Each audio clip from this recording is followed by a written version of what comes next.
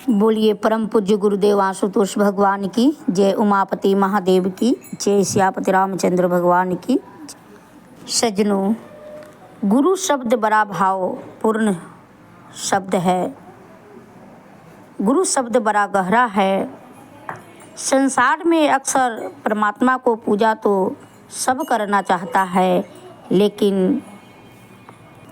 लेकिन अपने उस भक्ति के, अपने उस पूजा से अलग रख के करना चाहते हैं। सज्जनों, मनुष्य को एक धारणा है कि परमात्मा को पूजा तो करे, लेकिन गुरु की क्या ज़रूरत है, गुरु की क्या आवश्यकता है। पूजा तो परमात्मा की है, भक्ति तो परमात्मा की है, फिर गुरु का क्या काम,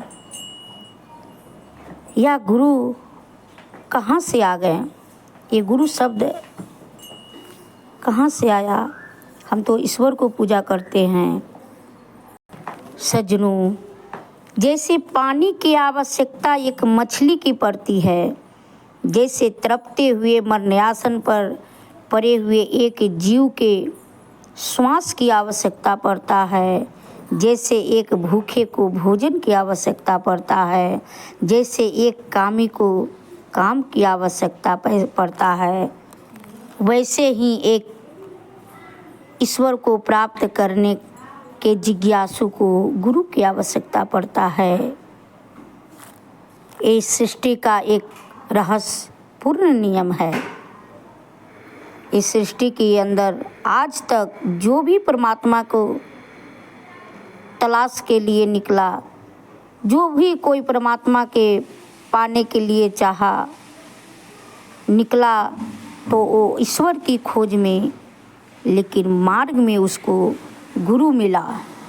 सज्जनों, एक नियम है, गुरु के बिना संसार के भव सागर से कोई भी प्राणी पार नहीं हो सकता, कोई भी पार नहीं हो सकता है। गुरु के बिना ईश्वर को कोई प्राप्त नहीं कर सकता है। ये एक नियम है, अटल नियम है, इसे टाला नहीं जाता। इस नियम को स्वयं परमात्मा भी नहीं टाल सकते हैं, हालांकि वो ईश्वर हैं, वो नारायण हैं।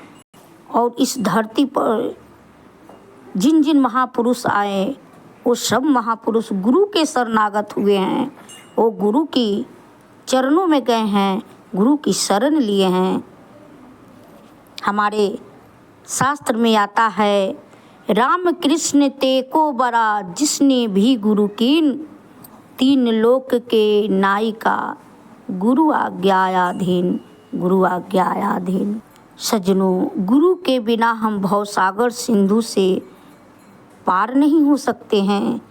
गुरु की शरणागत तो लेना ही पड़ेगा। जो पूर्ण गुरु हैं, जो परफेक्ट मास्टर हैं, जिनको शरण में जा कर के वह ब्रह्म ज्ञान प्राप्त कर के अपना जीवन को सुंदर बनाएं। बोलिए परम पूज्य गुरुदेव आशुतोष भगवान की जय।